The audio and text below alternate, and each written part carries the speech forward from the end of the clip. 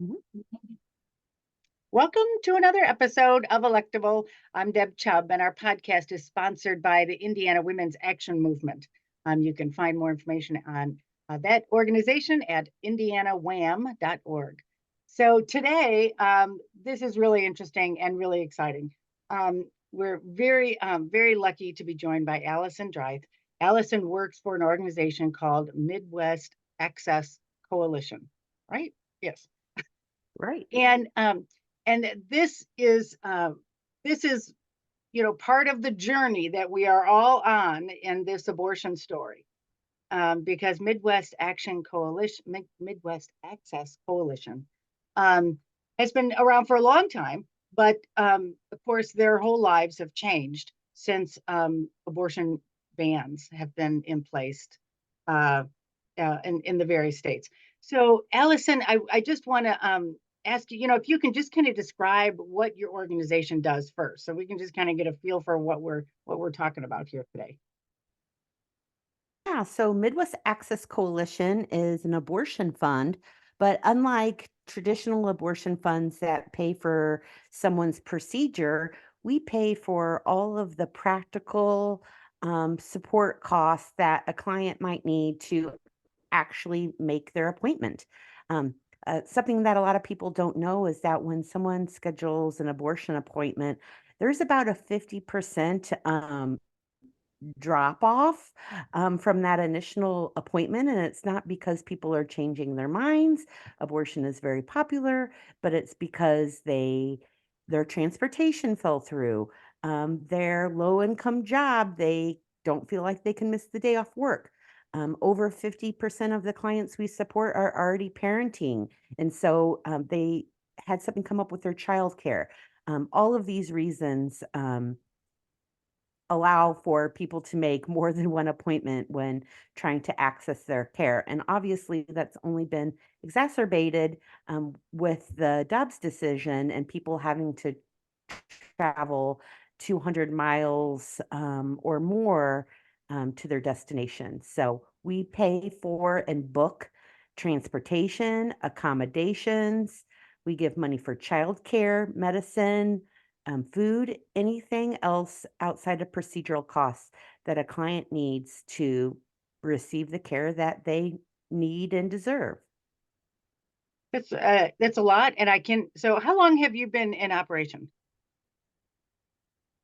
We first started fundraising in 2014, so we're actually not that old of an organization. And one of the reasons we were founded is because there was a group of people in New York City that were doing similar work that folks realized and saw, especially in Chicago, where we were founded, that people were coming from all over the country to access reproductive care and abortion care in Chicago.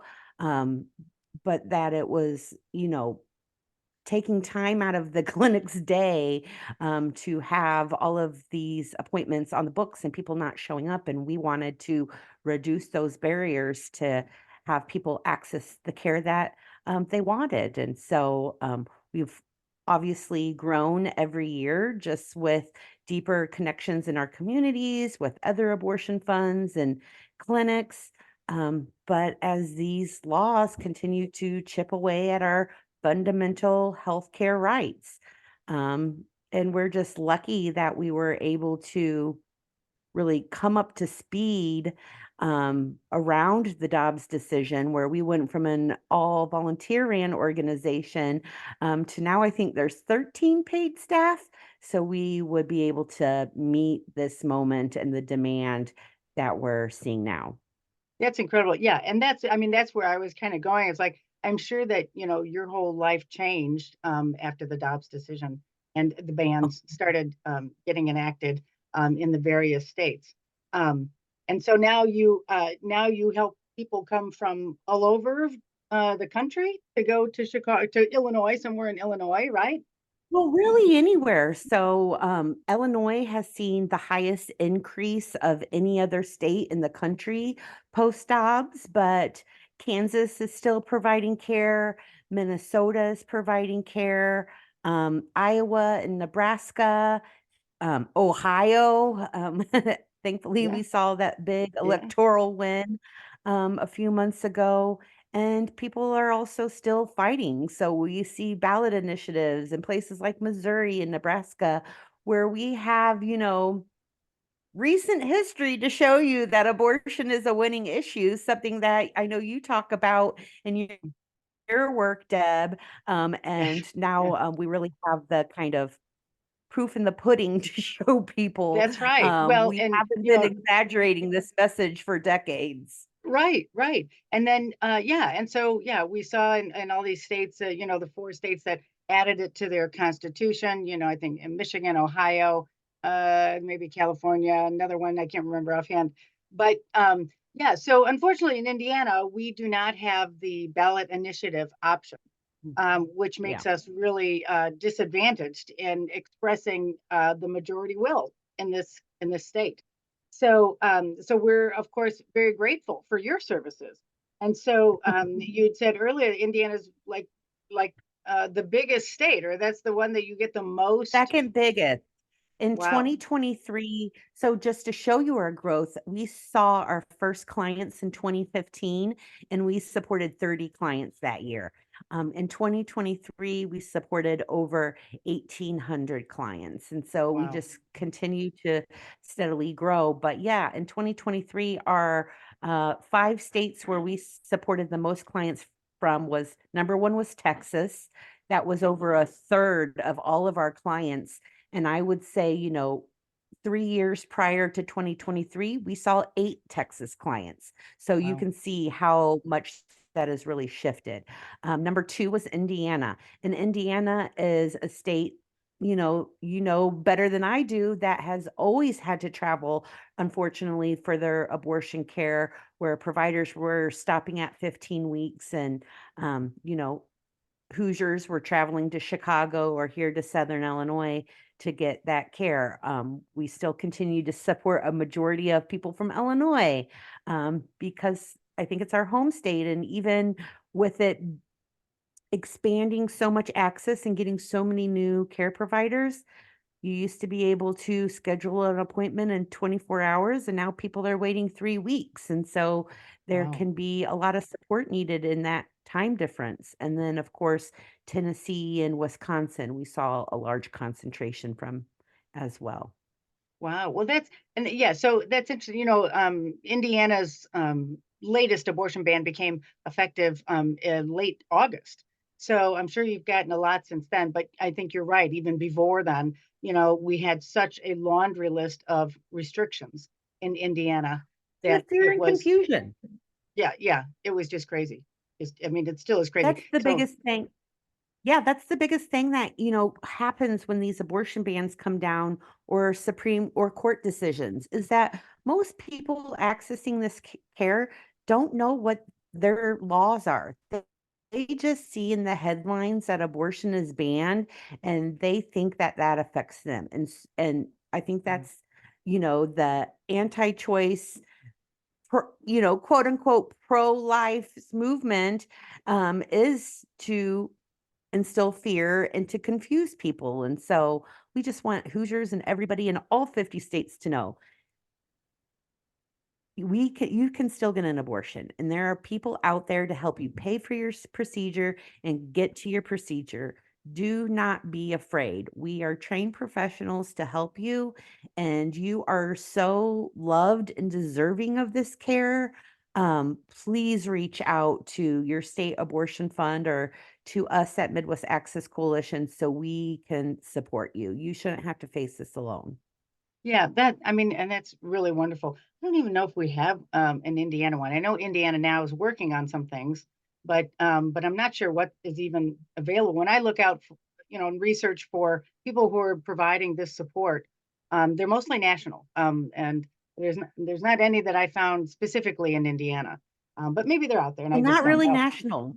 So Indiana has the Hoosier Abortion Fund that funds procedural costs, but they run a diaper bank and provide some other resources for pregnant and parenting folks, but Oh, they aren't able to do practical support at this time. So, as Midwest Access Coalition, we really cover the state of Indiana, and we have a great little volunteer group in our Signal chat where we can call on a few good Hoosiers. We've collected people in all corners of the state, so if there's an emergency where we can't really support someone, that we do have some good people in the state that we can call on.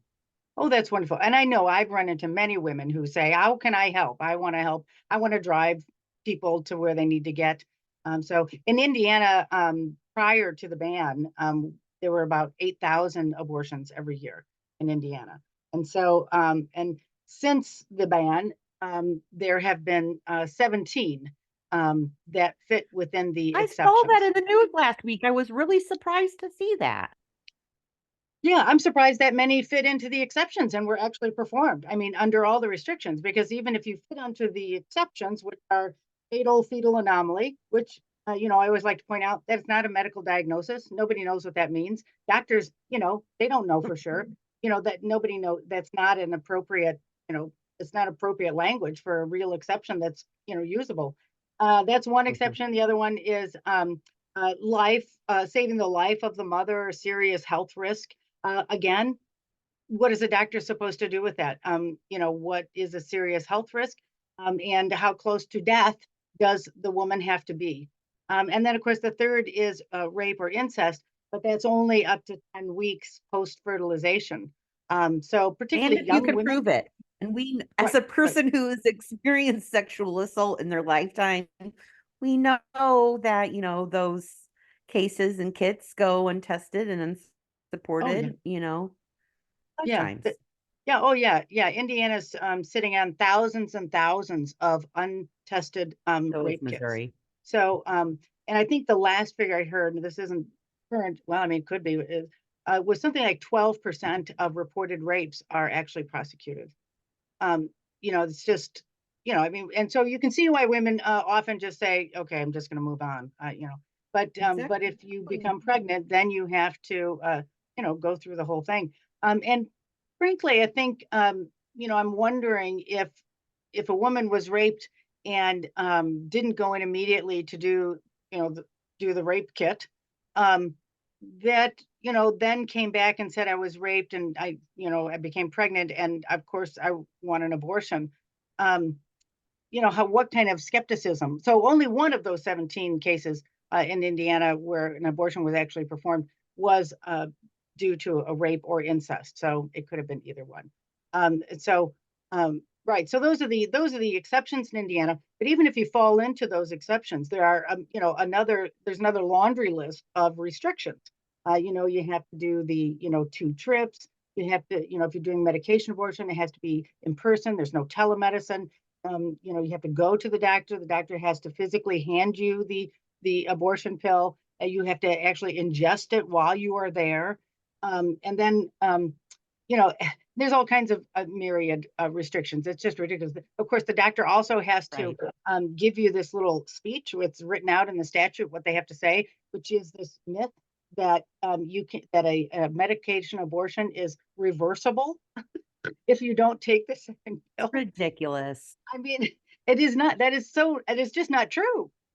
So The there's all medical kinds of other things. misinformation in this country, no wonder so many people didn't trust the COVID process, is when we have legislators like this, Right. mandating medical misinformation.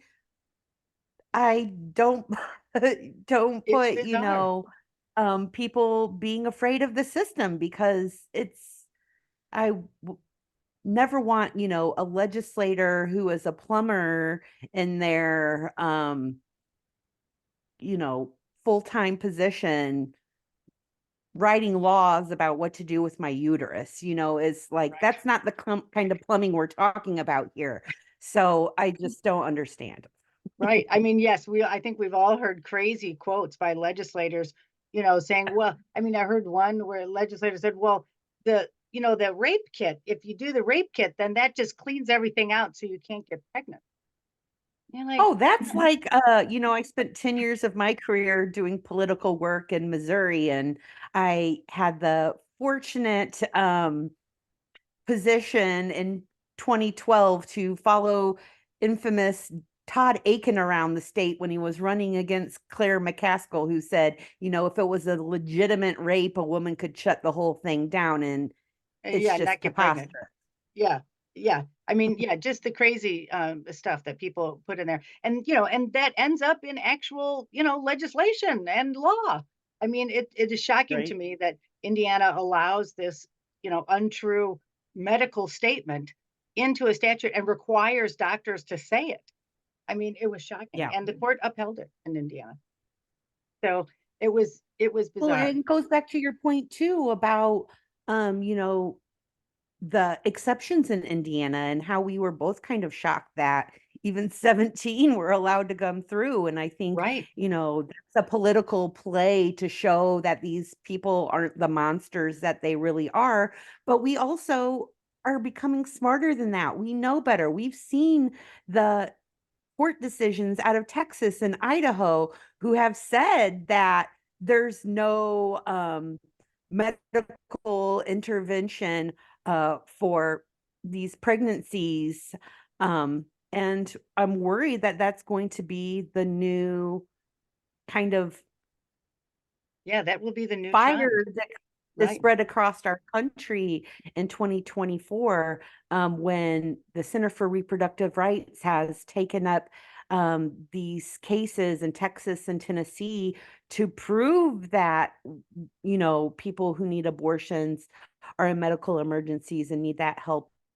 And the state or the court system is saying, no, they don't exist. I mean, what that tells women and what that ingrains into women's brains, and people who can get pregnant's brains, is just that we don't know our own bodies. Our lives and our bodies aren't valued. Right. And Right. that's a really tough pill to swallow. It is. The notion that people who can get pregnant are second-class citizens, not Right. entitled to the same constitutional guarantees of personal liberty and freedom from government intrusion. But and if you're pregnant, you have lost all your rights. So, oof. So Right. anyway, it just keeps reminding me about how important the work that you are doing is to women all around the country. I can't imagine, And especially young women who you. don't know stuff. Oh my God. Well, and you. I mean, it's 2024 and it's January 9th, and I like to think I'm a recovering politico, but we're coming into a big election year. And, you ask, and people ask all the time what they can do. And of course, getting involved in their local abortion fund, not only donating, but, volunteering, driving people who need care. You don't have to, do this in secret. We need to be out loud and proud about it. And just talking about abortion on your social media or with your family means so much more than what you think that it does. But this election season is going to be huge. We're waiting for a Supreme Court decision. This can change the balance of the presidency and of Congress and what that means. So much is at stake for reproductive rights and, trans rights, Yeah. quite frankly, that, voting in every single election, even that school board election is so important. These people move up the leadership ladder to gain more power and to, put more restrictions on our human rights and our health care. But also, why does it take us like 7 times to ask a woman to run for office before she'll say yes? Like, you can run for office. I have been a lobbyist for nearly 15 years, and I'm here to say you, good listener, are way more qualified than half of the people in your Capitol buildings or on your city council. So run for office. If you're fed up, Deb and I will help you Yes. get the tools you need to succeed, because I'm tired and we're just our whole lives are at stake right now, and you know, just this week was the anniversary of the insurrection, like, we can do Yes. this. We can Well, make a let's hope. change Yes. in our country, and we have to now. Right, right. Well, and in Indiana, that is our only option. There is no ballot initiative. There's no going out and getting a million signatures to change this situation. It's the only option is to elect pro-choice people to the state legislature. So, and of And course, federal, so we can get this and done in Congress, and all 50 states can wouldn't have that the be nice? access to abortion care again before we're talking about generations of potential trauma like we Yeah, saw, prior to 1973. And get one person that had an illegal abortion pre-Roe on the show, people will see, what that was like. Thankfully, we don't have to yeah, go exactly back to those days. We have medication abortion now. yes, It's yes, available in all 50 states. You can get it mailed to you legally through a clinic in Massachusetts, or you can get it through other ways online. So the care is available. In so many forms. But now we're talking about criminalization and legal yeah, challenges. And, you know, you might have, and we've seen this in Indiana, someone was arrested for their miscarriage and Pruvi Patel a couple of years ago. And so we want to make sure everyone is safe and gets the care that they need, which best suits them. Um, yes. and There are that we so can many protect crazy issues with this. I generations mean, to come. the whole conflation of, miscarriage and abortion, which is technically the same thing. But women who have spontaneous abortions, I think, and I'm sure you know this too, like a full 25% of all pregnancies, don't make it. Just naturally, they don't make it for one reason or another. And so And when that's one someone's of our having, biggest things actually in this Mhm, post jobs world is just confirming pregnancies because the miscarriage rate is so high that most obstetricians and gynecologists won't get you in to have an ultrasound until you're after you're 10 weeks pregnant because of that rate of miscarriage. And so if you're trying to confirm your pregnancy in Indiana or another banned state, that could be very difficult by ultrasound for you to do just because the machines are few and far between, and the mhm, standard of care is that, this pregnancy might not be around by the time we give you right? that ultrasound. And so, pre your abortion or post your medication abortion, if you want to confirm that all the tissue has been removed, it's just so difficult to get that care. It is. And there's so many implications for that regarding infant and maternal mortality, which is Mhm. Yeah. double that of white women for people of color in every Oh, yeah. state in our country. And Indiana so is I the don't third worst maternal mortality rate in the country. And for women of color, heartbreaking, it's actually triple the rate in Indiana. heartbreaking. And It so is. things are so connected, and those statistics are only going to get worse if Absolutely. we aren't including abortion justice as a part of this medical decision making for our lives. Right. I mean, the fact that abortion is so much more medically safe than carrying a pregnancy, just, the obvious conclusion is that if less people are able to have an abortion, there will be a higher rate of maternal mortality because Yeah. it's more dangerous than having an abortion. And in Indiana we have many healthcare deserts still. So particularly for Right. prenatal care, I mean, it was a full 30% of the counties had no prenatal care available. So at any price, Deb, were you all a Medicaid expansion state? Have you expanded Medicaid yet? we have expanded it at the bottom level some, Um, and then also we passed a law that allowed Medicaid to serve postnatal moms for up to a year. Um, although I was never convinced The bare that minimum. Thanks, Indiana. right, right. And I wasn't even really convinced that the way the law was written, that it would actually happen. It was like it gave them the option to do it. So They you're must like, have stolen that from Missouri. oh, really? Yeah, I believe it. Shenanigans. Yeah. So I mean, so I wasn't even really sure. It's like, well, does this really have to happen, or is it somebody can say, yeah, but we don't have to?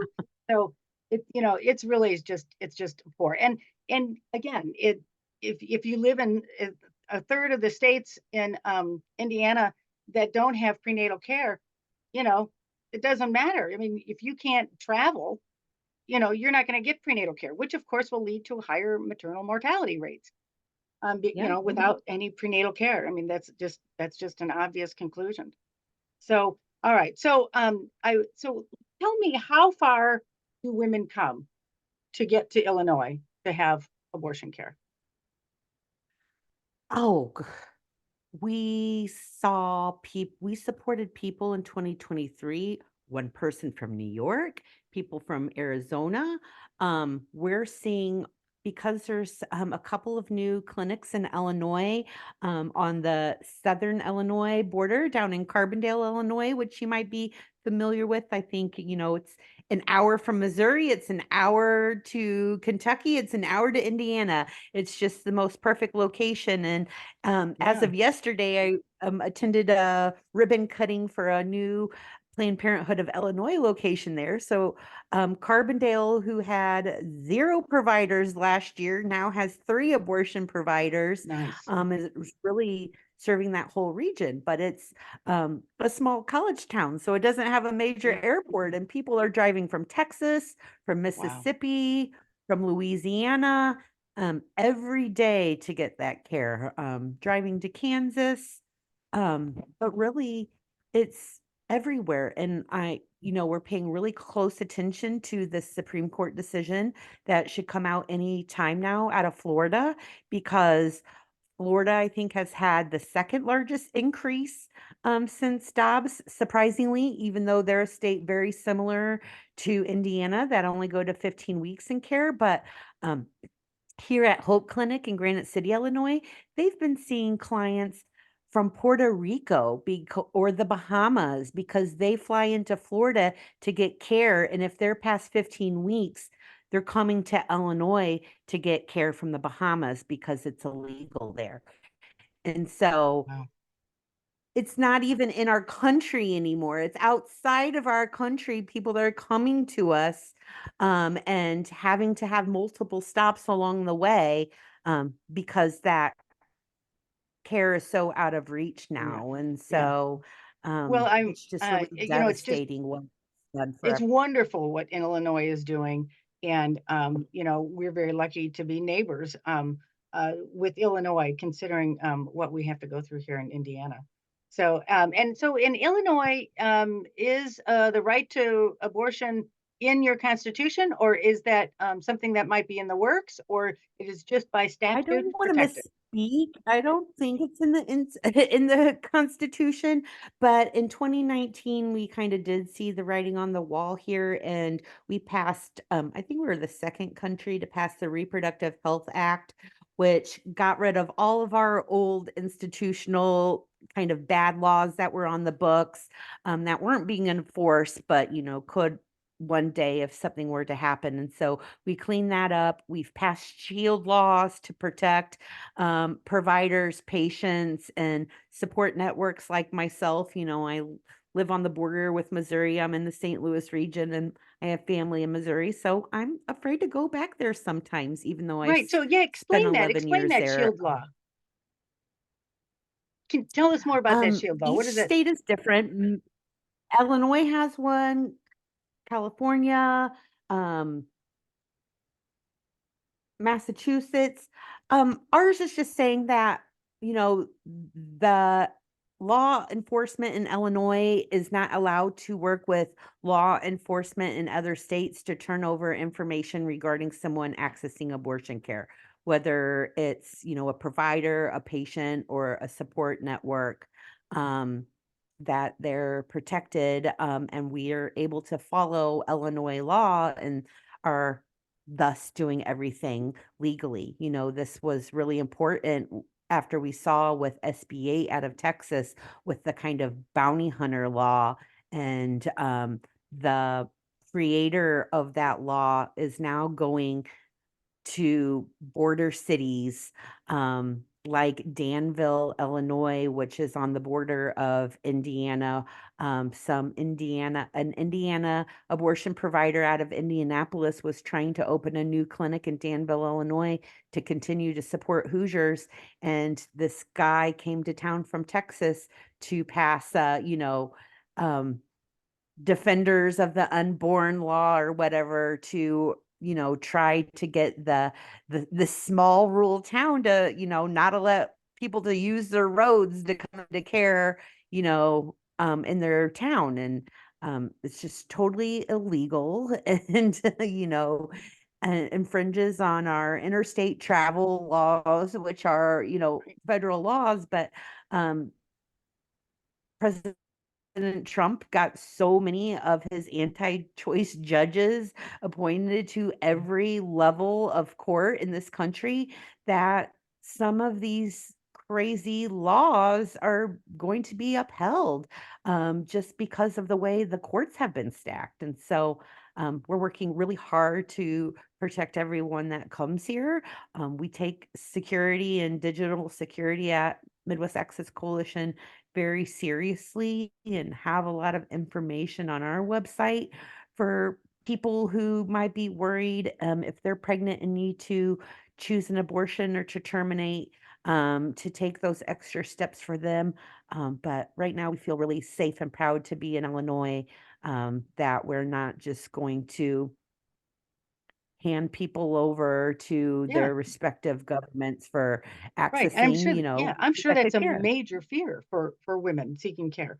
Even going to another state, because there have been threats by attorney generals, we'll get your records It's not from wherever you go. Not just them, it's their loved ones. Their loved ones are threatening them. Their boyfriends, their abusers are telling them, if you go to Illinois to get an abortion, you're going to go to jail. And it's just absolutely untrue. Um, and Mhm. some of it is malicious, and some of it is just because there's so much fear and confusion Right. in They the don't know. reporting and people not understanding what's happening, because it's Right. so different in every location. So it's a really new challenge that we have to address, um, in the work that we do, in the work that clinics do, to calm those fears and nerves and let patients know that we're still going to support them in their care.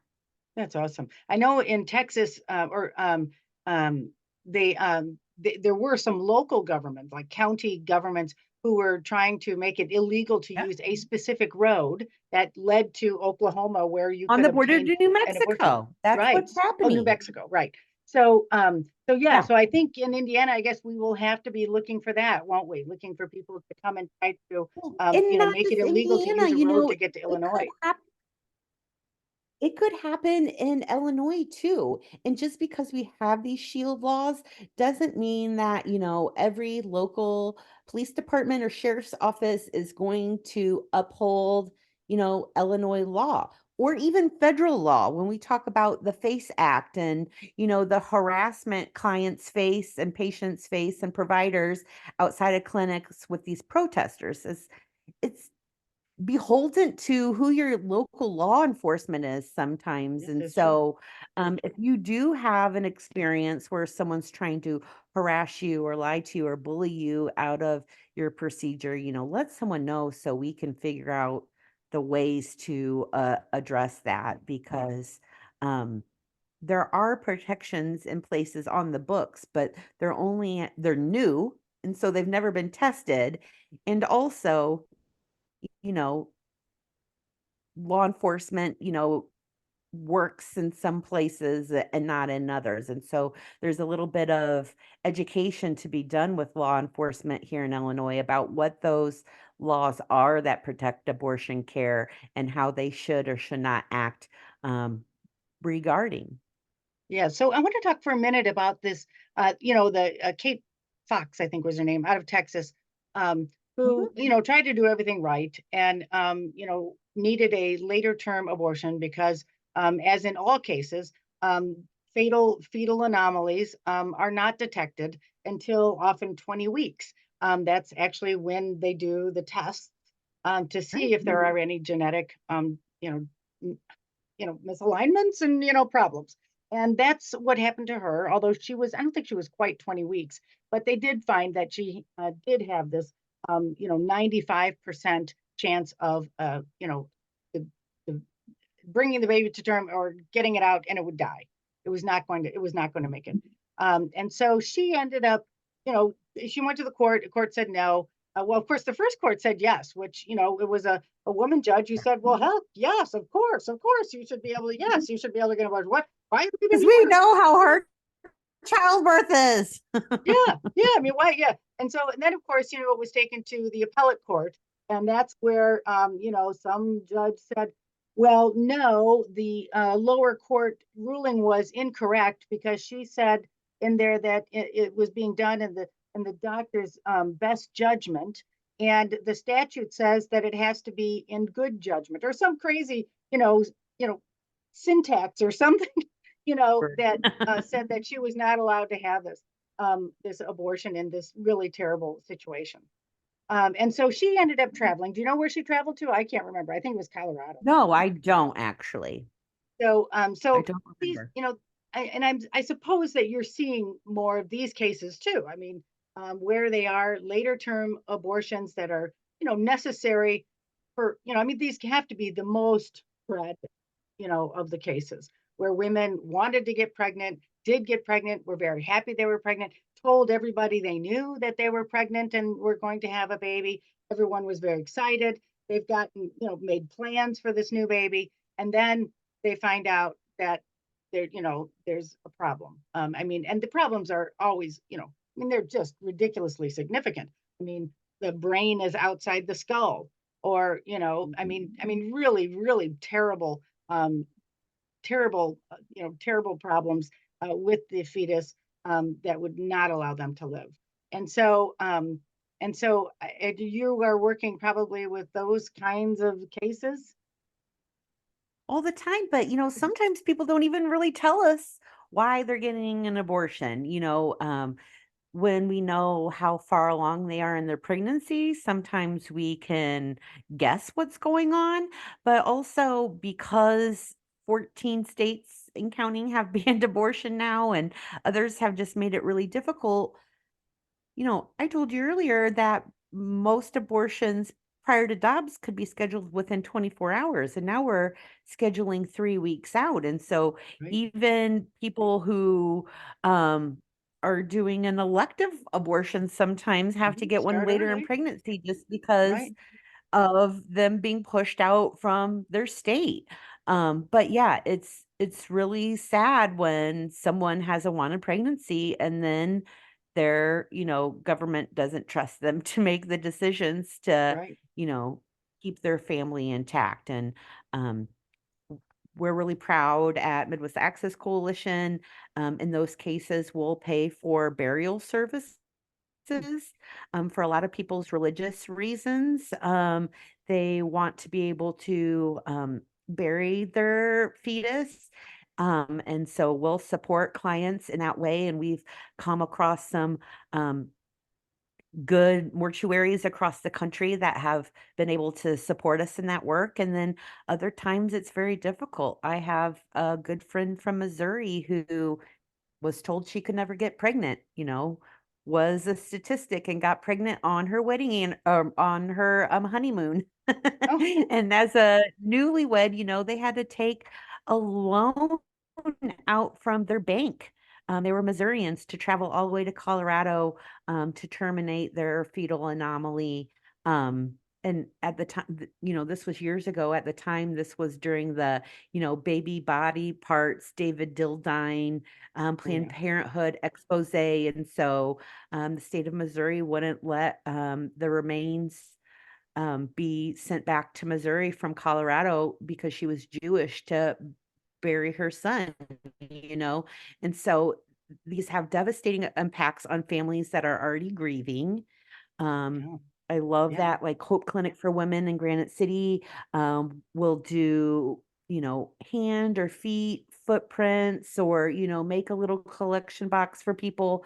There's so much sympathy for those cases from the abortion community and not at all any from, legislative governments. And so we're just trying to do the best to take care of our community, and it's really heartbreaking that anybody should have to face these barriers, not just people with, fetal anomalies, but it's just ridiculous the amount of trouble, people have to go through to take care of their reproductive health in this country.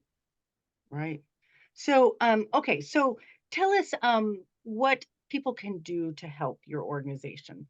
I know I assume you're a nonprofit 501(c)(3) and Yeah, we always are, of course. Always looking for welcoming of donations, of donations. course. You Yeah. yeah, you can go to midwestaccesscoalition.org and make a donation there, or we have a great new cohort of new board members that are trying to get things up, like house parties. I know a few great abortion providers a year or two ago in Indianapolis threw kind of a house party for us and did a small fundraiser, and that was Isn't your that own nice? abortion provider just because they wanted to get the word out to Hoosiers that, this care and support is available to them. And this was during the time when Indiana was, stop, go on abortion before Right, the right, last kind of right. ban took effect. And so donating is always good. Like I mentioned, just talking about abortion and that help is available for people is the most important. I think people think that that's not impactful. Talking about abortion as healthcare is very impactful. It's been so stigmatized for 50 years, and we're finally taking that back. And I think the people who saw us as um, social issue or something that didn't affect them have, since changed their minds post Dobbs, which is a, double it just it sucks, but it's also, welcome. I'm glad you're Yes, here now, um, right. running for office, making sure you vote, supporting those pro-choice, pro-abortion candidates, and then volunteering in your own community. There are things that you can do, I think, whether it's with an organization or not. Putting together or getting donations for aftercare kits for abortion seekers, Oh, pads, yeah. heating pads. Um, I had a client one time who was flying back home and she was in the TSA line at the airport in Chicago and started, bleeding into her pants and had to get out of line so I could Ugh, s- send her money to get a new pair of sweatpants so she wouldn't be embarrassed in the airport, And so, like, all of these small little things, like where you can stock a clinic's closet or a support organization's closet to give these one offs to people. You always forget something when you're traveling. So, yeah. toothbrushes, toothpaste, like whatever, like all of these things could be useful. And we really, love your enthusiasm and support for whatever kind of creative ideas y'all think of. And so reach out and see what you can do. Get a little, supply party together. Um, I'm sure when I go to a hotel, I keep all of my toothpastes Mhm. and shampoos and lotions and everything in a bag now, and I save them for clients. And so save that kind of stuff, send it to us. I mean, That's the great. Yeah, opportunities are endless, and I think I've yeah. been in this work for 15 years now, and sometimes I don't think of the creativity anymore. But crisis is the mother of all invention, and we love to Yes. hear what you've got in store. Oh, that's great. Well, that's wonderful. Yeah. So, and yeah, we're working hard to go around the state and talk about abortion as much as we can. I just did another talk last night, and I will say I always learn something. There's always some stories that that I had not heard before that are often just heartbreaking. And Touch you to I your core. mean, Yes, and I mean, and that's that's what's so difficult about this issue is that it's just so completely complex. Every pregnancy is very unique, and it's a different journey for everyone. So it's really, just putting a blanket law on anything like that, it's just untenable. So anyway, well, thank you so much for talking with us about this. And My we'll keep pleasure. on going. Oh, that's awesome. Yeah. So we'll keep going. Yes. I certainly do want to echo your recommendation. Please run. We need pro-choice women to run. Our Indiana state legislature still only has 25% representation of women, which is ridiculous. And this is, how these things happen. Because we don't have women in leadership, we're getting these crazy laws from people who don't know anything about what they're passing laws on. So we need more Exactly. pro-choice women in our legislature, and that is really our only option to fix this. And let me just lay on top of that the crazy fear that we should be considering if if Joe Biden doesn't win, if Trump, God forbid, is our president again, or frankly, I think any Republican wins the presidential race, I agree. let's see, I'd always forget the name. No, it's not the Heritage Market. Anyway, so this it's the document called the Project 2025, which is the Oh, kind of the plan for any Republican leader, and it's just shocking. I mean, it's just shocking, yeah. shocking. That it's that publicly. I mean, that it contains all of these directives for the next Republican president to do away with any Planned Parenthood funding, any family planning has to talk about that a family is really only a man and a woman, that's really the only legitimate family style. I mean, there's just so many things in this Project 2025 document that is just Very scary, and it's far it is, beyond abortion. So if there it is an is. issue you hear about, it's in there and it's serious. This is a Yeah, one of them playbook is that getting they rid of picked Head up and Start. used directly from the anti-choice movement, and Yeah, we have to do everything to combat, this fascist takeover of the United right. States. I just have to say that. We talked about the, anniversary of the insurrection. This Yeah. is our reality, and we have to wake up and fight and deal with it. There's just so much at stake this year. Agreed. So we will keep working, and you will keep working. Between all of us, we can do it. But Thanks thank so you so much, Deb. much. Thank you, and good luck. And I look forward to checking in again and seeing Please. how it's going, because it's only going to get crazier for a while.